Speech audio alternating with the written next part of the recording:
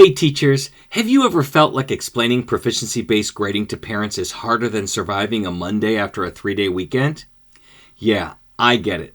It's one thing to implement in class, but another to make parents understand it without their eyes glazing over. Well, today I'm here to make that task super simple for you. By the end of this video, you'll have practical strategies to explain what proficiency-based grading is, why it works, and how it benefits their kids, all in a way that makes sense and actually gets them on board. Sound good? Let's dive in. First things first, keep it simple. Remember, most parents don't care about the nitty-gritty educational terms. They just want to know what their kid is learning and how they're doing. So start by showing parents a simple color-coded proficiency scale. Something like novice, basic words and phrases, intermediate, short sentences and conversations, and advanced, complex ideas. It's a quick visual way to help them grasp how their child is progressing. Relate it to real-life skills. Break it down into practical examples. For instance, say at the novice level, your child can introduce themselves or say what they like. At the intermediate level, they're starting to ask and answer questions about their daily life. This helps parents connect the levels to real-world use.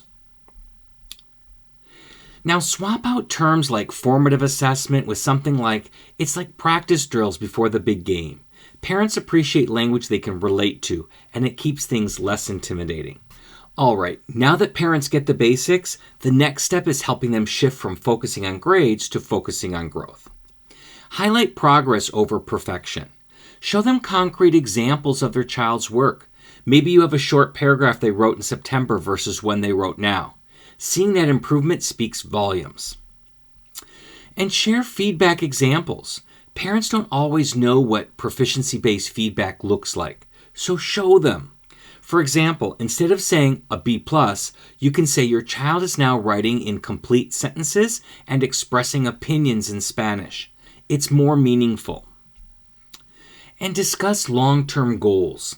This is a great time to remind parents how proficiency-based grading prepares students for real-world skills, whether it's ordering tacos in Mexico or chatting with friends abroad or even future careers. Tie it all back to something practical and inspiring. By the way, if you're a teacher looking to really master proficiency-based grading and take your assessments to that next level, I've got just the thing for you. Check out my assessment academy at mm.us/academy. It's a 10-part course packed with everything you need, from building standards-based gradebooks to creating powerful proficiency-based assessments. If you're ready to transform your grading game, it's the perfect resource. Finally, let's focus on building trust and confidence. Parents want to feel like this system works and that they're part of their child's success. So invite questions and provide resources. Encourage parents to ask questions, but also equip them with resources. One way to do this is by hosting a Q&A session. But don't stop there. Share links to guides or even bring up your favorite tools to help explain proficiency. Celebrate small wins. Share examples of what's working in your classroom. For instance, last week students had a breakthrough. They could describe their morning routines entirely in French. These moments reassure parents that their kids are on the right track. And lastly, collaborate on goals.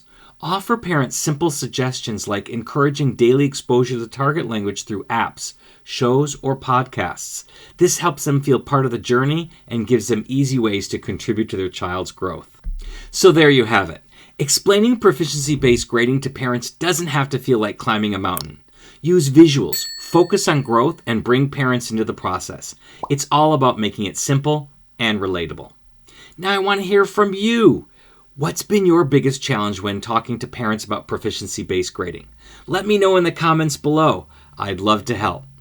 And if you're curious about the common problems with traditional grading and how proficiency-based grading solves them, make sure to check out my next video, Top 5 Problems with Traditional Grading and How to Fix Them. Thanks for watching, and as always, happy comprehensible input.